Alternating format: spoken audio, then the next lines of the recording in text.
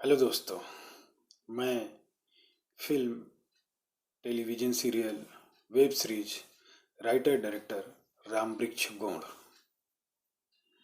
YouTube पर आज ये मेरा पहला वीडियो है। अब आप लोग ये सोचेंगे कि अगर मैं फिल्म या टेलीविज़न सीरियल और वेब सीरीज का राइटर डायरेक्टर हूँ तो यूट्यूब पे क्यों वीडियो बना रहा हूँ। आपका ये सोचना सही है, एकदम सही है। तो दोस्तों, एक फिल्म हो या टेलीविज़न सीरियल्स हो या वेब सीरीज हो, ये जो होता है ये एक क्रिएटिव वर्क है। ऐसा क्रिएटिव वर्क जो लोगों के लिए बनाया जाता है, जिसका संबंध सीधे पब्लिक से होता है, ताकि लोग जो है कि उसे देखें। एक राइटर और एक डायरेक्टर यही चाहता है कि उसका जो क्रिएटिव वर्क है वो लोगों तक पहुँचे, लोग उसे देखें, उससे इंटरटेनमेंट करें या उससे कुछ सीखें। यही टारगेट होता है एक राइटर डायरेक्टर का। जो भी क्रिएटिव पर्सन्स होता है उनका यही टारगेट होता है कि लोग उसके जो रचनात्मक क्षमता है या जो रचनात्मक कार्य है उसे लोग देखें, उसे इंटरटेनमेंट करें या तो उससे कुछ चीज़ें सीखें। तो आज की डेट में यूट्यूब एक ऐसा माध्यम है जिसके थ्रू एक क्रिएटिव पर्सन सीधा पब्लिक से पहुंच सकता है, वो भी बहुत ही कम खर्चे में। कम खर्चे इन द सेंस, मेरे कहने का मतलब है या डायरेक्ट आप मोबाइल से बना सकते हो या तो आप कोई कैमरा लेकर के बड़े आराम से जो है कि बना सकते हो। बट उस तरीके का वीडियो जो मैं बनाने जा रहा हूँ। बाकी के वीडियो अगर यूट्यूब पे आपको बाकी चीज़ें तो बनानी है तो खर्चे तो बहुत लगते हैं, ऐसी बात नहीं है। अगर आपको फिल्म बना करके यूट्यूब पे डालनी है या कॉमेडी सीरीज डालनी है या बाकी अदर कंटेंट्स बनाने हैं तो उस हिसाब से आर्टिस्ट, उस हिसाब से एडिटिंग, उस हिसाब से साउंड वर्क, उस हिसाब से जो है कि बाकी के पोस्ट प्रोडक्शन के कार्य करने पड़ते हैं। तो खर्चा तो है, ऐसी बात नहीं है। मैं जो आप लोगों को यूट्यूब पे सिखाना चाहता हूँ या बताना चाहता हूँ वो ये है कि अगर कोई भी पर्सन या कोई भी लड़का अगर ये चाहता है कि मैं फिल्म इंडस्ट्री में काम करूं तो मेरे वीडियो से उसे कुछ सीख मिल सके, उसे कुछ कॉन्फिडेंस आ सके कि फिल्म इंडस्ट्री की लाइफ क्या होती है, फिल्म इंडस्ट्री में एंट्री कैसे ले सकते हैं, फिल्म इंडस्ट्री में एंट्री लेने के बाद स्ट्रगल क्या चीज़ होती है। वो सब चीज़ों के बारे में मैं आप लोगों को अपने इस चैनल के बारे में जानकारी दूंगा। मेरे इस वीडियो का टाइटल होगा human life in film industry in the words of writer director Ramvriksh Gaur. और मेरे चैनल का नाम होगा RBG लाइफ लेसन। तो दोस्तों, ये वीडियो देखने के बाद आप लोग मेरे चैनल को सब्सक्राइब ज़रूर कीजिएगा और शेयर भी कीजिएगा और लाइक भी कीजिएगा। बस मेरी यही इच्छा है आप लोगों से। तो दोस्तों, मैं आप लोगों को film making, television serials making और फिर उसके बाद उसकी मार्केटिंग और उसमें पब्लिसिटी, बाकी क्या क्या चीज़ें कैसे कैसे होती है वो चीज़ें मैं आप लोगों को बताऊंगा। हालांकि मैं आप लोगों को एक चीज़ बता दूं दोस्तों कि मैं अभी तक बहुत बड़ा राइटर डायरेक्टर नहीं बन पाया हूं कि मैं आप लोगों को सिखा सकूं। लेकिन मेरा एक ही उद्देश्य है कि मैंने जो अभी तक सीखा है, मेरा फिल्मी करियर लगभग 24 से 25 साल का रहा है। तो मेरा बस एक ही टारगेट है कि मैंने जो अभी तक सीखा है, 24-25 साल का समय बहुत लंबा समय होता है, वो चीज़ मैं आप लोगों को अपने वीडियो के माध्यम से शेयर कर सकूं। उस चीज़ को मैं आप लोगों को अपने वीडियो के माध्यम से बता सकूं कि फिल्म इंडस्ट्री में अगर आप आना चाहते हो, आप फिल्म इंडस्ट्री से जुड़ना चाहते हो, आप अगर फिल्म इंडस्ट्री में काम करना चाहते हो तो शायद आपको कुछ सीख मिले, आपको कुछ कॉन्फिडेंस आए कि जब ये एक आम सा लड़का जो मुंबई से हज़ारों किलोमीटर दूरी से चल करके मुंबई में जा करके 24-25 सालों से अपनी फैमिली के साथ, अपने परिवार के साथ रह करके भी अगर सरवाइव कर रहा है तो कैसे कर रहा है, ये सारी चीज़ें मैं आप लोगों को अपने वीडियो के माध्यम से बताऊंगा। तो फिल्मी इंडस्ट्री दोस्तों ऐसी जगह है जहाँ पे इंसान को सोच के हिसाब से बहुत ही ज़्यादा स्ट्रगल करना पड़ता है। ये सोचिए कि करोड़ों में से एक लोग होते हैं जो रातों रात स्टार बनते हैं, और बनने के तो बहुत सारे बन जाते हैं, लेकिन उस सफलता को वो निरंतर रख नहीं पाते हैं। यही कारण है कि बहुत सारे लोग 2 साल, 4 साल, 6 साल, 8 साल, 10 साल फिल्म इंडस्ट्री में काम करने के बाद फिर अपने अपने घरों को वापस चले जाते हैं या किसी दूसरे फील्ड में लग जाते हैं। आपने देखा होगा कि बहुत सारे ऐसे लोग हैं जो पहले फिल्म इंडस्ट्री में काम करते थे, एक्टिंग करते थे या डायरेक्शन करते थे या राइटिंग करते थे या अदर जॉब्स करते थे, बट क्या है कि उन लोगों ने अभी ये फिल्म इंडस्ट्री का काम छोड़ दिया है। 10 साल, 12 साल, 15 साल करके छोड़ दिया और दूसरे कामों में लग गए हैं, जिससे उनका जीवन, उनकी लाइफ, ये सारी चीज़ें बड़े आसानी से चल सके।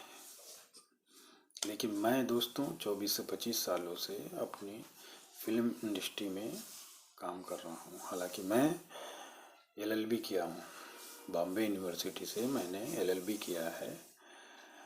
तो मैं चाहता तो प्रैक्टिस भी कर सकता एज एन एडवोकेट, लेकिन क्या है कि एज एन एडवोकेट काम करना मुझे या मेरा टारगेट नहीं था। मैंने LLB सिर्फ इसलिए किया ताकि मुझे एक एक्सपीरियंस मिल सके, एक अनुभव मिल सके कि हिंदुस्तान के अंदर जो लॉज हैं और बाकी सारी चीज़ें हैं वो क्या हैं, और दूसरी चीज़ें एक जानकारी के लिए, एक ज्ञान के लिए। क्योंकि क्या होती है, पढ़ाई एक ऐसी चीज़ होती है कि आप कुछ भी पढ़ोगे तो आपको कुछ ना कुछ ज्ञान तो उससे मिलेगा ही, और ज्ञान ही एक ऐसी चीज़ है जिससे इंसान को कॉन्फिडेंस आता है। तो मैंने लॉ सिर्फ इसलिए किया था ताकि मुझे थोड़ा सा एक कॉन्फिडेंस आ जाए। तो दोस्तों अब मैं बात करता हूँ अपने फिल्मी कैरियर के बारे में। तो मैं आप लोगों को दोस्तों एक चीज़ बता दूँ कि जब हिंदुस्तान में लॉकडाउन लगा था, हिंदुस्तान क्या, लॉकडाउन तो पूरे वर्ल्ड में लगा था, अलग अलग समय पे लगा ही था। जब कोरोना के समय में लॉकडाउन लगा था तो सब लोगों को बड़ी दिक्कत हुई, पूरी दुनिया को बहुत दिक्कत हुई। कितने लोग मर गए बेचारे, कितने लोगों के रोजगार छिन गए, क्योंकि लॉकडाउन एक ऐसी स्थिति थी जिसमें सबको घरों में बंद रहना था और सारे ऑफिस, सारे दफ्तर, सारे काम बंद हो चुके थे। लॉकडाउन में इस दुनिया में हर किसी को जो है दिक्कत हुई, हर किसी को लॉकडाउन ने प्रभावित किया। हालांकि जो लोग गांव में रहते हैं या जिनका जीवन खेती पे डिपेंड है, उन लोगों को बहुत ज़्यादा दिक्कत नहीं हुई होगी। मुझे जहाँ तक उम्मीद है, दिक्कत तो हर किसी को हुई लॉकडाउन में, ऐसा नहीं है, कोई भी ऐसा पर्सन नहीं है जिसको लॉकडाउन में दिक्कत ना हुई। किसी न किसी कारण से, किसी न किसी चीज़ की दिक्कत हर किसी को हुई। बट जो लोग नौकरी पेशा थे, जो लोग दुकानदार थे, या जो लोग ऑफिस में काम करते थे, या जिनकी कंपनियाँ चलती थी, जिनकी गाड़ियाँ चलती थी, जिनके कारखाने चलते थे, उन लोगों की स्थिति तो बहुत ही ख़राब हो गई, क्योंकि सारी चीज़ें बंद हो चुकी थी। तो दिक्कत तो हुई थी। मैं लॉकडाउन का जिक्र सिर्फ इसलिए कर रहा हूँ कि लॉकडाउन के समय में आप लोगों ने मेरे बारे में एक वीडियो देखा होगा, एक न्यूज़ देखी होगी। एक वीडियो था, बहुत वायरल हो रहा था। जो न्यूज़ थी वो भी बहुत वायरल हो रही थी। वो न्यूज़ ये थी कि बालिका वधू के डायरेक्टर रामवृक्ष गौड़ लॉकडाउन में बेच रहे हैं सब्जी। दोस्तों ये वीडियो सच था और ये 110% सच्चाई है कि मैं लॉकडाउन में सब्जी बेच रहा था। अब मैं सब्जी क्यों बेच रहा था?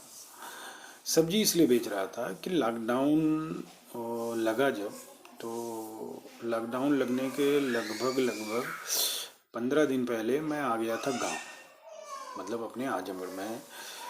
आजमगढ़ ज़िले के निजामाबाद टाउन का रहने वाला हूँ। मैं अपने आजमगढ़ ज़िले आ गया था, अपनी परिवार के साथ आ गया था। मेरे वाइफ और मैं अपने दोनों बच्चों के साथ आ गया था। और आया क्यों था? क्योंकि मुझे यहाँ अपने आजमगढ़ में एक फ़िल्म की शूटिंग करनी थी, जिस फिल्म को मैं ही डायरेक्ट करने वाला था। उस फिल्म की शूटिंग करने के लिए मैं आया था। तो आया था मैं, तो लोकेशन रेकी वगैरह सब करना स्टार्ट कर दिया। और मैं लोकेशन देखने के लिए इलाहाबाद गया हुआ था। इलाहाबाद मेरे एक दोस्त हैं राहुल शुक्ला, उनके पास में गया हुआ था। और जब मैं इलाहाबाद पहुंचा तो उसी समय जो है कि अलग अलग जगहों पे लॉकडाउन लगना शुरू हुआ। मुझे जहाँ तक उम्मीद है कि 22 मार्च को जो है या 21 मार्च को उत्तर प्रदेश में एक दिन के लिए लॉकडाउन लगा था। फिर उसके बाद 22 मार्च को हमारे प्रधानमंत्री माननीय मोदी जी का थाली और ताली वाला प्रोग्राम था, जिसमें पूरे हिंदुस्तान के वासियों ने बढ़ चढ़ कर के हिस्सा लिया। और जहाँ तक मुझे उम्मीद है कि 23 मार्च 2020 को पूरे हिंदुस्तान में लॉकडाउन की घोषणा कर दी गई थी। अब ये सोचिए कि मैं फिल्म इंडस्ट्री में 2020 में अगर लगा तो मेरा 18-19 साल का करियर फिल्म इंडस्ट्री में निकल चुका था। और लॉकडाउन लगने के बाद 1 महीने के अंदर ही मुझे सब्जी बेचना पड़ा। मतलब मेरी आर्थिक स्थिति खराब थी, इसलिए मुझे बेचना पड़ा। तो दोस्तों, क्या है कि सब्जी ही क्यों, सबसे पहले तो मैं ये बता दूं आप लोगों को, तो सब्जी जो बेचना था वो मेरा पारिवारिक पेशा था। मेरे दादाजी भी सब्जी बेचते थे, मेरे पिताजी भी सब्जी बेचते थे। और जब मैंने बचपन में होश संभाला तो उनके साथ दुकान पे जा कर के मैं भी दुकान पे रहता ही था। तो जो भी काम था वो करता ही था, सब्जी बेचना था तो सब्जी बेचता था। हालांकि मैंने आजमगढ़ से ही अपने बीए तक की पढ़ाई की। निजामाबाद से मैंने इंटरमीडिएट पास किया। फिर उसके बाद जो है कि आजमगढ़ डिग्री कॉलेज, जो निजामाबाद टाउन से लगभग 11-12 किलोमीटर की दूरी पर पड़ता है हमारा ज़िला, वहाँ पे डीएवी डिग्री कॉलेज से मैंने ग्रेजुएशन कंप्लीट किया। ग्रेजुएशन कंप्लीट करने के बाद मेरे मन में ये था कि मुझे तो फिल्म इंडस्ट्री में काम करना है। फिल्म इंडस्ट्री में काम क्यों करना है, ये चीज़ कब मेरे मन में आई वो मैं आपको बताऊंगा। फिर उसके बाद जो है कि बीए करके फिर मैं बम्बई चला गया। और बम्बई में जा कर के मैंने फिल्म लाइन में काम करने के लिए जो है स्ट्रगल करने लगा। तो था ये दोस्तों कि मैं बम्बई जा कर के सीधे फिल्म लाइन में काम तो कर ही नहीं सकता, क्योंकि मैं जो था बहुत ही नॉर्मल परिवार का लड़का था। आपको जैसे मैंने बताया कि मेरे पिताजी भी सब्जी बेचते थे, मेरे दादाजी भी सब्जी बेचते थे। और जो है कि जब मैं पहली बार बम्बई गया तो मेरे घर में मेरे पीछे मुझसे छोटे मेरे 7 भाई बहन, मेरे पिताजी, मेरी माँ और मेरी शादी हो चुकी थी, तो मेरी वाइफ, मतलब मैंने 10 लोगों को छोड़ करके बम्बई जाने का फैसला किया। छोड़ करके इन द सेंस कमाने के लिए। अगर परिवार को बोलूँगा कि मैं छोड़ के जा रहा हूँ तब तो लोग जाने ही नहीं देते। मेरा ये था कि मैं जब मुंबई जाने का डिसीजन लिया तो मेरे पिताजी चिंतित हो गए कि अगर मुंबई चला जाएगा तो यहाँ का धंधा कौन करेगा, क्योंकि मेरे पिताजी का दोस्तों एक्सीडेंट हो चुका था जब मैं 6 या 7 सालों का था। तो उनके हाथ और पैर जो है बहुत बुरी तरीके से एक्सीडेंट हुआ। वो एक्सीडेंट कैसे हुआ मैं आगे आपको चल कर के आगे वीडियो में बताऊंगा। ये बहुत ही दर्दनाक घटना थी हम लोगों के लिए, हम लोगों के परिवार के लिए। जो है किस तरीके से हम लोग उस स्थिति से निकले वो मैं आप लोगों को आगे चल के वीडियो में बताऊंगा कि इतने दर्द झेलने के बाद, इतने सब कुछ होने के बाद भी मेरे अंदर एक साहस था कि मैं कुछ बड़ा करूँगा। ये सोच थी कि कुछ बड़ा करूँगा, बड़ा इन द सेंस एक ऐसा काम करूँगा जिससे मतलब लोग जान सकें कि हाँ भाई ये आदमी है जिसने अपने स्तर से उठ करके कुछ किया है। मेरे अंदर हमेशा से यही भावना थी और अभी भी है भावना, क्योंकि जीवन एक ऐसी चीज़ है जिसको आप आगे की तरफ ले जाने की सोचोगे तो आपको जीवन में आनंद आएगा, और जहाँ आप स्थिर हो गए वहीं जीवन एक तरीके से देखा जाए तो ख़त्म हो जाता है, या जीवन की सारी जो समस्याएं होती हैं वो वहीं ख़त्म हो जाती है, क्योंकि आप स्थिर हो चुके हो। सपोज टू आपने कोई एक दुकान डाल ली है या कोई एक नौकरी कर ली है, तो आप नौकरी कर रहे हो, महीने की आपकी तनख्वाह आएगी, उसी तनख्वाह में जो भी आपकी तनख्वाह होगी 10,000 20,000 50,000 लाख 2 लाख 3 लाख जो भी है, आप उसी दायरे में सिमट जाओगे कि मैं भाई 10,000 कमाता हूँ तो महीने में मुझे 10,000 मिलेंगे, 10,000 के हिसाब से मुझे अपनी ज़िंदगी चलाना है, या 20,000 मिलता है महीने का तो 20,000 के हिसाब से ज़िंदगी चलाना है, तो आप सारी चीज़ें सेट कर देते हो। या लाख रुपए महीने कमाते हो तो भी आप सारी चीज़ें सेट कर लोगे कि मुझे जो है कि लाख रुपए में इतने पैसे बचाने हैं और इतने पैसे खर्चे करने हैं जो है। तो इस तरीके से था, लेकिन मैं जो था, मैं ऐसा इंसान हूँ कि कभी स्थिर नहीं होता। एक काम अगर कर लिया, एक लक्ष्य बनाया, उसको पा लिया, तो फिर आगे की सोचता हूँ। इसी वजह से मैं, या आप ये सोचिए कि परेशान रहता हूँ, या मेरी आर्थिक स्थिति जो है इसी वजह से हमेशा ज़ीरो के बराबर होती है। क्यों? क्योंकि मैं जो है आपको बता दूं कि मैं क्या, कोई भी पर्सन हो जिसके मन में ये भावना रहेगी कि मैं जहाँ पे हूँ वहाँ से मुझे आगे बढ़ना है, तो उसके जीवन में परेशानी तो आएगी ही। क्योंकि आप जो हो, अगर सपोज टू आप 20,000 महीने की नौकरी कर रहे हो और आप सोचते हो कि नहीं मुझे अब तो लाख रुपए का जो महीने का काम होता है उसको करना है, तो मतलब आपको 20,000 वाला जो काम है महीने का उसे छोड़ना पड़ेगा, या उसमें कुछ दिक्कत आएगी। जब दिक्कत आएगी तो आपकी आर्थिक स्थिति खराब होगी, आपकी फैमिली जो आपके ऊपर डिपेंड है वो लोग परेशानी में आएंगे ही, आप खुद भी परेशानी में आओगे। लेकिन क्या है, ये नेचर है मेरा, इसलिए मैं करता हूँ। हालांकि मेरा इस नेचर की वजह से मेरे परिवार वालों को बहुत दिक्कत होती है, मेरे पीछे पीछे वो लोग भी बहुत सारी परेशानियाँ झेलते हैं। लेकिन क्या है कि मैं सबसे पहले अपने परिवार का ख्याल करता हूँ। मेरा एक ही टारगेट रहता है कि उन लोगों को भाई खाने पीने के लिए या रहने के लिए या पहनने के लिए इन सब सारी चीज़ों का दिक्कत ना हो, पहले उसकी व्यवस्था करता हूँ, फिर उसके बाद मैं अपनी सोच जो होती है उसके लिए प्रयास करता हूँ। तो दोस्तों मैं आप लोगों को बता दूँ कि मेरा जो फिल्मी करियर रहा है वो लगभग पहले ही बताया 24 से 25 साल का था। तो मैं दोस्तों बम्बई पहली बार तब गया, मन में तो ये था कि मैं फिल्म इंडस्ट्री में काम करूँगा। लेकिन जब मैं बम्बई जाने का निर्णय लिया, अपने पिताजी को बोला कि मैं जा रहा हूँ बम्बई, तो बस जैसा मैंने बताया कि पिताजी बहुत चिंतित हुए। लेकिन हुआ ये कि पिताजी भी आर्थिक स्थिति से परेशान थे, क्योंकि वो तो एक अपंग थे, लाठी के सहारे चलते थे और सारा काम मैं करता था। बट पिताजी भी ये चाहते थे कि अगर ये थोड़ा ज़्यादा कमाएगा तो हमारी स्थिति थोड़ी अच्छी होगी, अगर ये बम्बई जा रहा है तो हो सकता है यहाँ से कुछ ज़्यादा कमाए। तो इसलिए पिताजी बहुत ज़्यादा मुझे जो है कि रोक नहीं पाए। और मेरे परिवार में मुझसे छोटी मेरी 3 बहनें थी, हालांकि मेरी 4 बहनें हैं, एक बहन मुझसे बड़ी है जिसकी शादी हो चुकी थी, वो अपने घर रहती थी, उसका कोई दिक्कत नहीं था। तो मुझसे छोटे, जब मैं बम्बई में जाने का निर्णय लिया तो मुझसे छोटी मेरी 3 बहनें थी और उसके बाद 4 भाई और थे मेरे, जो बहुत छोटे थे उस समय। मेरी पत्नी थी, मतलब मेरी शादी को लगभग 1 डेढ़ साल हो चुका था।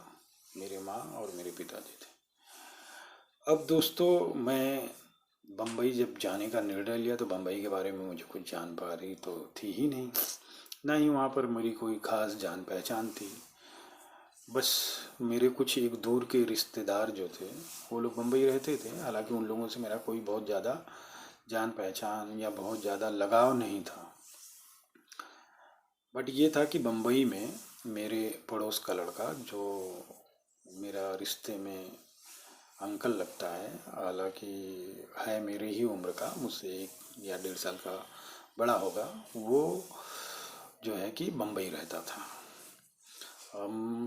वो उसका नाम, एक्चुअली उनका नाम सरवण है, जो कि हमारे साथ ही पढ़ाई लिखाई किए थे। हम दोनों एक ही साथ जो है कि पढ़ते थे, एक ही क्लास में पढ़ते थे। हालांकि 10वीं में मैं पास हो गया और वो फेल हो गए थे। हालांकि उसके बाद वो दूसरे साल एग्ज़ाम दिए तो पास हुए। कैसे पास हुए, किस तरीके से पास हुए, मैं आपको बताऊंगा। और मैं 10वीं में पास हो गया, वो क्यों फेल हो गए, इस बारे में भी बताऊंगा। बस अभी फ़िलहाल इतना जान लीजिए कि 10वीं का जब एग्ज़ाम हुआ था तो मेरा जो निज़ामाबाद टाउन है, वो जनता इंटर कॉलेज में हम लोग पढ़ाई करते थे। तो जनता इंटर कॉलेज में बहुत सारे लड़के थे 10वीं का एग्ज़ाम देने वाले। लगभग 200 लड़के के आसपास थे, लड़के लड़कियां, जो 10वीं का एग्ज़ाम दे रहे थे 1996 में। उस समय कल्याण सिंह हमारे उत्तर प्रदेश के मुख्यमंत्री थे। और जो है कि हमारा सेंटर ताबरपुर गया हुआ था। ताबरपुर वहाँ के प्रिंसिपल शेषनाथ राय थे, मैं साइंस साइड से था। और उस साल 1996 में जनता इंटर कॉलेज से जितने भी लड़के ने एग्ज़ाम दिया था ताबरपुर में जा कर के, उनमें सिर्फ और सिर्फ 27 लड़के पास हुए। लगभग 200 लड़कों में सिर्फ 27 लड़के हैं। हालांकि मैं भी ग्रेस मार्क से पास हुआ। हालांकि मेरा डिवीज़न तो जो था वो सेकंड डिवीज़न था, और 49.5% के आसपास मेरा परसेंटेज था हाई स्कूल में। बट जो है कि मैं पास हो गया था। और मेरे जो गांव के लड़के थे उसमें लगभग 18-19 लड़के लड़कियों में सिर्फ हम 2 लोग पास हुए थे, एक मैं और दूसरे मेरे ही गांव के एक मेरे दोस्त थे शाहनवाज खान, जो अभी पीएचडी कर चुके हैं बीएचयू से, वो पास हुए थे। तो दोस्तों, ये तो मेरा 10वीं का जो एग्ज़ाम मैंने कैसे पास किया, फिर उसके बाद मैंने बताया। उसके बाद मैंने वहीं जनता इंटर कॉलेज से इंटरमीडिएट किया, और फिर आजमगढ़ ज़िले में जा कर के मैंने जो है कि बीए में एडमिशन लिया। और मेरा फर्स्ट ईयर का जो है कि एग्ज़ाम मैं दे चुका था, और सेकेंड ईयर में मैं एडमिशन करा के बम्बई चला गया। बम्बई जब मैं गया तो आजमगढ़ से बम्बई की ट्रेन नहीं थी। हालांकि अब तो आजमगढ़ से बम्बई की ट्रेन चलती है, गोदान एक्सप्रेस, जो गोरखपुर से चल करके सीधे बम्बई जाती है और आजमगढ़ होते हुए जाती है। तब आजमगढ़ से कोई भी ट्रेन बम्बई के लिए नहीं थी। तो मैं आजमगढ़ में जा कर के पहले रिजर्वेशन कराया। फिर उसके बाद जो है रिजर्वेशन के टाइम पे भी मेरे लिए थोड़ा सा एक बड़ा अजीब सा वाक़या हो गया। आप समझोगे नहीं, समझोगे क्यों नहीं, ऐसा नहीं है। हुआ ये था कि मैं जब रिजर्वेशन कराने के लिए गया तो मेरे पास उस समय 600 रुपये के आसपास थे, और मैंने पता करके गया था तो 360 या 350 का टिकट था, 360 का शायद था रिजर्वेशन टिकट बनारस से मुंबई का। तो मैंने फॉर्म भर के दिया बनारस से मुंबई के लिए, ट्रेन नंबर वगैरह भर के दिया। पवन जो है एक्सप्रेस का मैंने फॉर्म भर के दिया था, और वो जो है कि टिकट मेरा उसने निकाल दिया टिकट काउंटर से, जो पर्सन था। निकालने के बाद जब मैं पैसे देने लगा तो मैं कंफ्यूज हो गया कि यार मैं 600 रुपये लेके आया था और ये मेरे पर्स में 200 रुपये क्यों बचे थे। मैं एकदम कंफ्यूज हो गया। और एक्चुअली कंफ्यूज इसलिए हो गया कि मैं जब बम्बई जाने के लिए डिसाइड किया और टिकट जब मेरा निकल रहा है तो मन के अंदर एक घबराहट सी आ गई थी। ये चीज़ मैं सिर्फ इसलिए बता रहा हूँ कि देखिए, एक्चुअली क्या था कि मैं आजमगढ़ से बाहर कभी जाता नहीं था। मैं सिर्फ जाता था बनारस, जो है कि जो नींबू और वो सब लाने के लिए जाता था, फल वगैरह। गोरखपुर आजू बाजू गया, और ये बहुत बड़ी ये थी क्योंकि मैंने घर वालों को भी नहीं बताया था टिकट निकालते वक्त कि मैं बम्बई आऊँगा। घर वालों को तो तब बताया मैं जब मेरा टिकट कंफर्म हो गया। तो मैं देख रहा हूँ मेरे पर्स में 200 रुपये हैं। एकदम परेशान हो गया। और फिर उसके बाद मैं सोचा कि मैं 600 रुपये लेके आया था घर से, अब 200 रुपये बचे हैं, ऐसे कैसे हो गया। तो मैंने टिकट वाले को तुरंत बोला कि भाई मेरा पर्स में से पैसे गायब हो गए हैं, अभी टिकट मैं नहीं लूँगा। तो उसने बोला एक काम करो, तुम 20 रुपये दो, 20 रुपये दो। और फिर उसके बाद जो है कि उसने 20 रुपया लिया और उस टिकट उसने कैंसिल किया।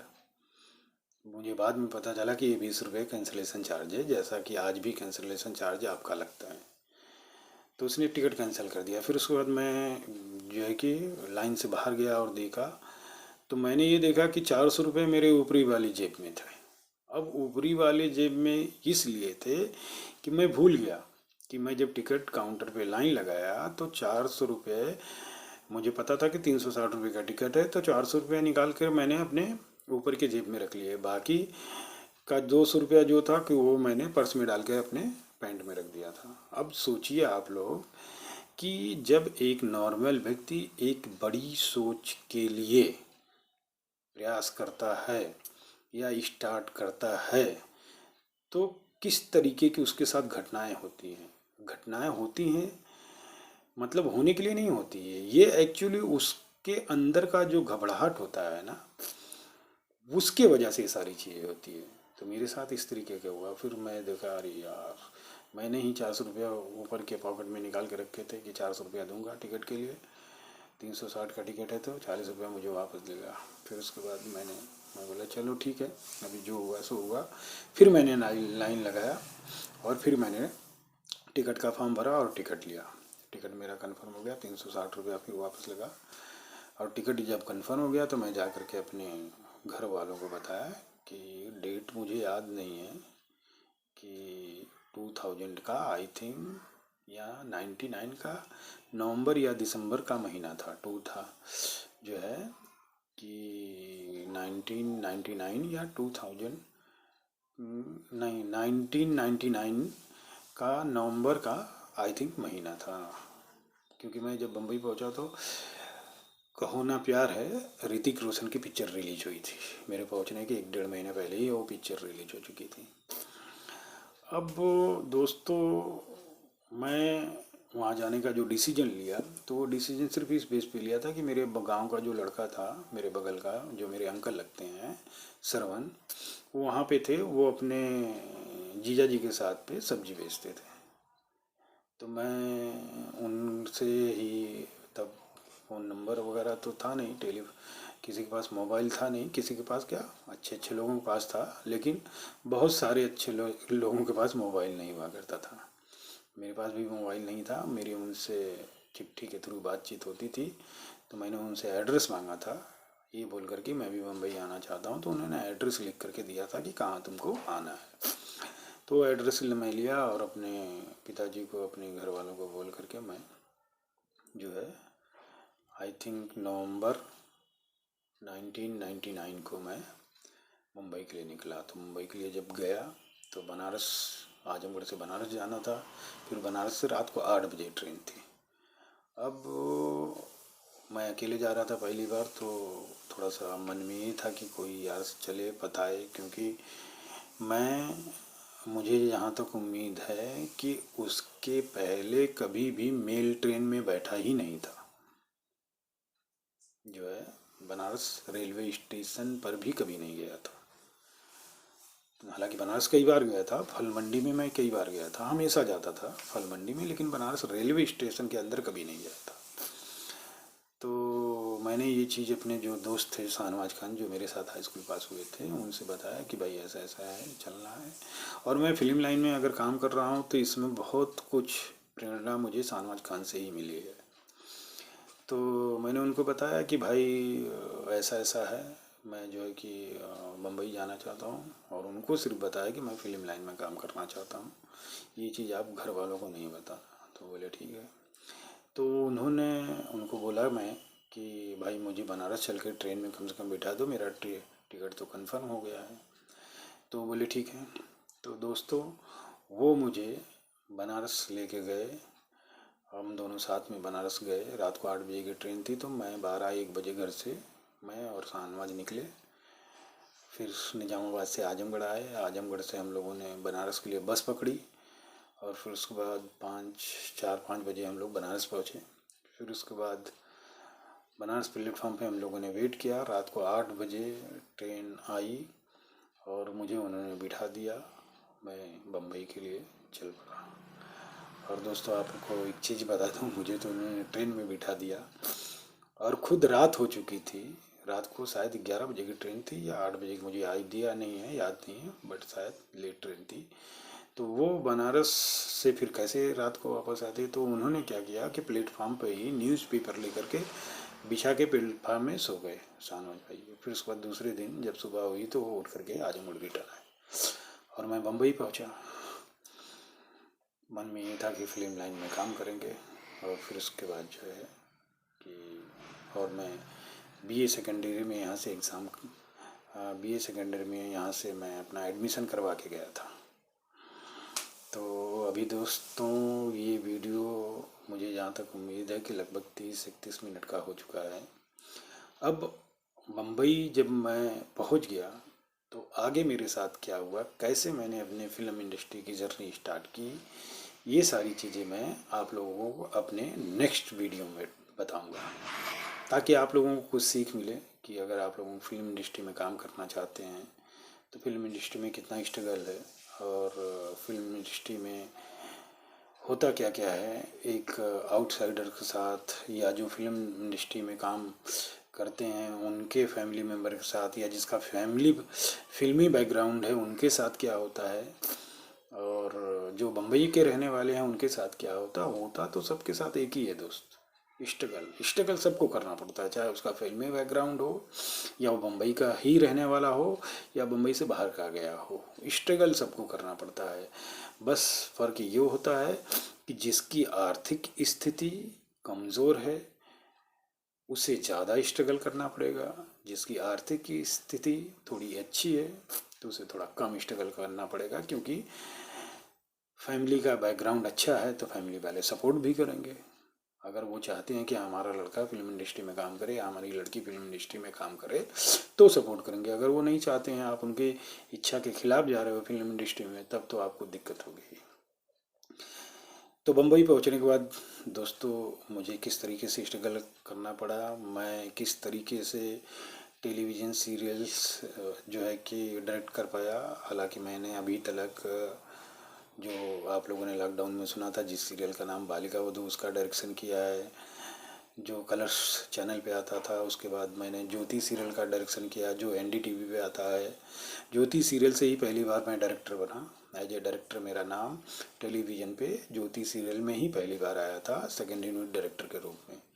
उसके बाद मैंने गुलाल सीरियल किया, जिस सीरियल में पंकज त्रिपाठी जैसे स्टार थे, मनोज जोशी थे, सुशांत सिंह थे, आर ओ चौधरी थे, राहिल काजी, मानसी पारेख, बड़े बड़े स्टार थे।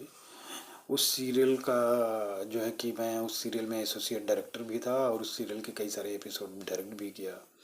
उसके बाद मैंने हमार सौतन हमार सहेली, जो महुआ चैनल पे आता था, भोजपुरी सीरियल था, उस सीरियल को जो है कि मैं जो है कि डायरेक्ट किया।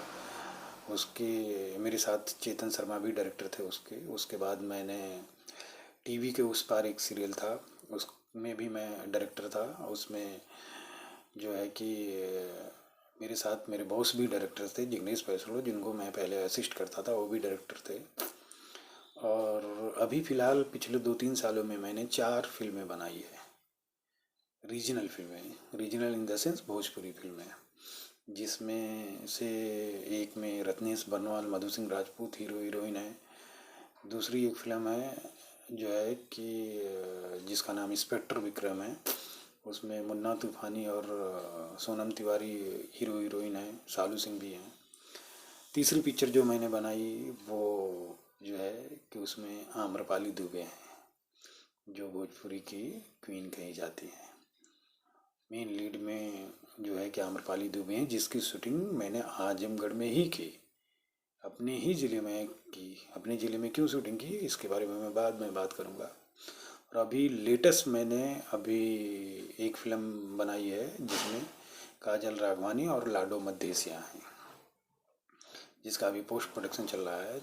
तो ये चारों फिल्में अभी दोस्त रिलीज नहीं हुई है, क्यों रिलीज नहीं हुई है अभी, क्योंकि इसका अभी पोस्ट प्रोडक्शन चल रहा है, फिल्म की मार्केटिंग चल रही है। ये सारी चीज़ें मैं आप लोगों को आगे भी बताऊंगा कि कुछ चीज़ें ऐसी होती हैं जिससे जो है कि भोजपुरी फिल्म में थोड़ा प्रॉब्लम है। प्रॉब्लम क्या है मैं आगे चल करके बताऊंगा अभी। और बाकी मैंने टेलीविज़न सीरियल कैसे डायरेक्ट किया, क्या डायरेक्ट किया, वो सारी चीज़ें मैं आप लोगों को बताऊंगा। लेकिन आज के लिए बस इतना ही।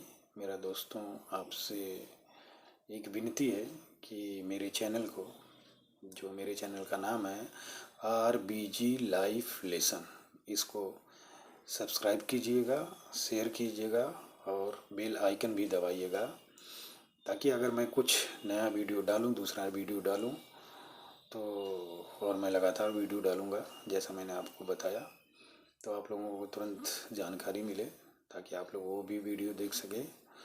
और मेरे जो है कि वीडियो का थंबनेल पोस्टर जो होगा वो ये होगा कि human life in film industry in the words of writer director Ramvriksh Gaur. तो दोस्तों आप लोग मेरा वीडियो देखिए और उसको जो है सब्सक्राइब कीजिए। बस आज के लिए इतना ही। नमस्कार।